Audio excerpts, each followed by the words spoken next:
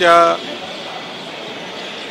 जे काही इलेक्शन कमिशनला त्यांनी निवेदन दिलं होतं या सर्व मुद्द्यांचं त्यावर इलेक्शन कमिशनने मला वाटतं त्यांना रिटर्न रिप्लाय दिलाच आहे, रिटर्न त्यांचं उत्तर दिलंच आहे आणि त्यांचा अधिकार आहे कोर्टात जाण्याचा.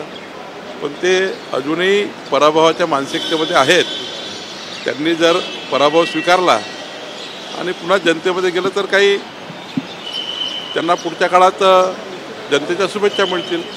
पण या मानसिकतेमध्ये ते अजूनही आहेत EVMवर दोष देण्याच्या. परवा सुप्रियाताई सुळे त्यांच्या पक्षाचे जे घटक पक्ष आहे, जे महाविकास आघाडीच्या राष्ट्रवादी काँग्रेसच्या त्या शरद पवार साहेबाच्या गटाच्या नेते आहेत, त्यांनी सांगितलं का EVMवर काही आम्ही दोष देणार नाही. त्यामुळं हे जे सुरू आहे पराभवाच्या मानसिकतेतनं काँग्रेस पार्टी बाहेर निघत नाही आणि त्यामुळं मला वाटतं त्यातून एक संभ्रम निर्माण ठेवायचा जनतेमध्ये, यातले मला वाटतं दिसत आहे. सामनातून देवेंद्र भाऊंचं कौतुक करण्यात आलं, शरद पवार गटही मवाळ झालेला आहे.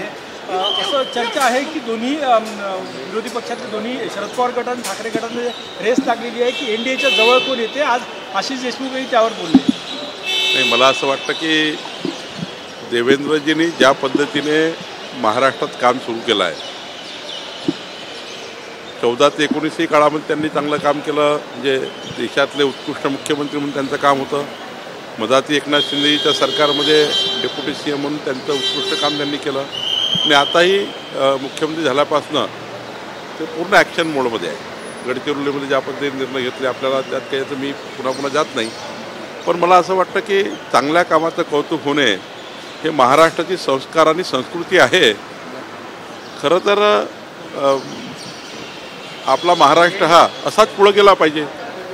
ही भूमी संताची भूमी आहे, ही संस्काराची भूमी आहे, हेच अपेक्षित आहे महाराष्ट्राला. सुप्रिया सुळे यांनी श्वेतपत्रिकेची मागणी केली की DPCचे पैसे लाडकी बहीण योजनेसाठी वळते केले जात आहे. राज्याची वित्तीय तूट दिवसेंदिवस वाढत आहे. सुप्रियाताईंनी अनेक वर्ष काम केलं आहे लोकप्रतिनिधी म्हणून. कुठल्याच हेडचा पैसा कुठल्याच हेडला डायव्हर्ट करता येत नाही. DPCचा पैसा दुसऱ्या हेडला येता येत नाही. लाडक्या बहिणीचा हेडचा पैसा दुसरीकडे देता येणार नाही. त्यामुळं राज्याची स्थिती भक्कम आहे. मोदींचं सरकार आमच्यासोबत आहे.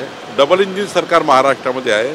इकडे मोदींचं सरकार आम्हाला मदत करत आहे, महाराष्ट्राचं सरकार देवेंद्रजी मुख्यमंत्री आहे आणि त्यामुळं मजबूत सरकार आमच्यासोबत असल्यामुळं आणि देवेंद्रजी सारखा एक अत्यंत अर्थतज्ञ मुख्यमंत्री महाराष्ट्रात आहे, अजितदादाही आहे, एकनाथजी आहेत. त्यामुळं राज्याची घडी एकदम चांगली आहे. 100% आमचं डबल इंजिन सरकार, मोदी सरकारने आमचं सरकार मिळून जे वचनं जे आश्वासनं महाराष्ट्राला दिले ते आम्ही पूर्ण करू. लाडक्या बहिणीची योजनाही राहील आणि DPCचा पैसाही कायम राहील. उद्धव ठाकरेंची सुरक्षा वाढवण्यात आलेली आहे, काय आढावा घेतला याबद्दल? जे काही सुरक्षा व्यवस्थेबद्दलची समिती आहे ती वेगळा आढावा घेत असते. पालकमंत्री कधी जाहीर होणार? मला वाटतं आमची चर्चा झाली आहे. या आठवड्यात चर्चा होईल. माननीय देवेंद्रजी निर्णय घेतील. पण तीनही पक्ष म्हणून आता आम्ही याच्या अंतिम ह्याच्यावर आलो आहे. अपात्र ठरलेल्या ज्या लाडक्या बहिणी त्यांचे पैसे परत घेतले जाणार आहे, असं कारवाई होणार आहे काय? नुसता संभ्रम तयार करतायत. जे लाडक्या बहिणीचे अधिकृत लाभार्थी आहे नियमाप्रमाणे आणि जो शासन निर्णय झाला होता लाडक्या बहिणीबद्दलचा त्यामध्ये कुणी गैरफायदा घेतला असेल तेवढाच रिव्ह्यू होणार आहे. बाकी योजना जशी आहे तशीच आहे, तशीच चालणार आहे. विरोधक कांगावा करतायत पण योजना तशीच चालणार. आज बीडमध्ये सर्वपक्षीय मुख्यमोर्चा होता, त्यामध्ये धनंजय मुंडेंच्या राजीनाम्याची मागणी करण्यात आलेली आहे. मी आधीच सांगितलं की या प्रकरणामध्ये मोठा तपास सुरू आहे. देवेंद्रजींनी संपूर्ण तपास यंत्रणा कामात लावलेले आहे आणि तपासामध्ये जे निष्पन्न होईल त्यांना थोडी वाट बघितली पाहिजे. याचा राजीनामा मागा, त्याचा राजीनामा मागा, शेवटी काही तर निष्पन्न व्हावं लागेल. काही निष्पन्न झालं तर तुम्हाला राजीनामा मागता येईल.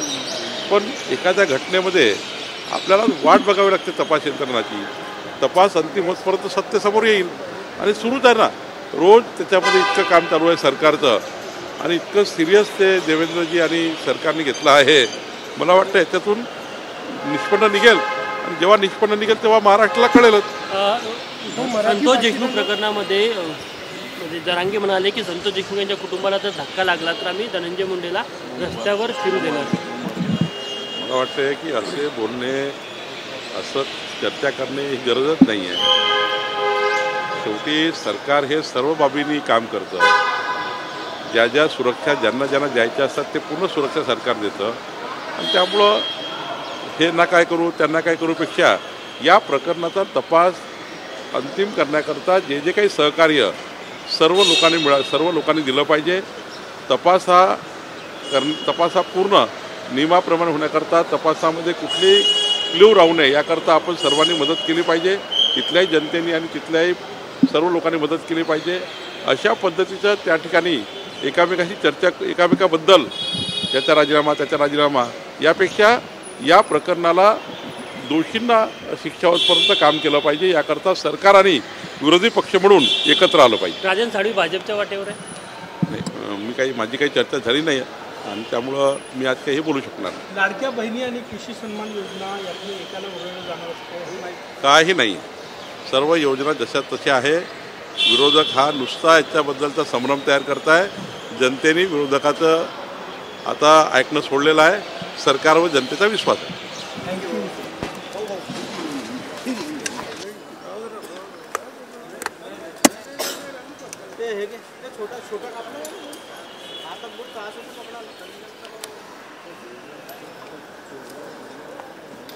माहीत पकडतात काय दोन माहीत पकडतो. याचा बूम कसा आहे तो दुसऱ्याला द्यायचा ना. लांब आहे तो बूम. राईट हातात पकडून लेफ्ट हातात पकडून बंद करू का. तुमच्या बूम येत होता तिथं तुमच्या इकडून तिकडे चालला.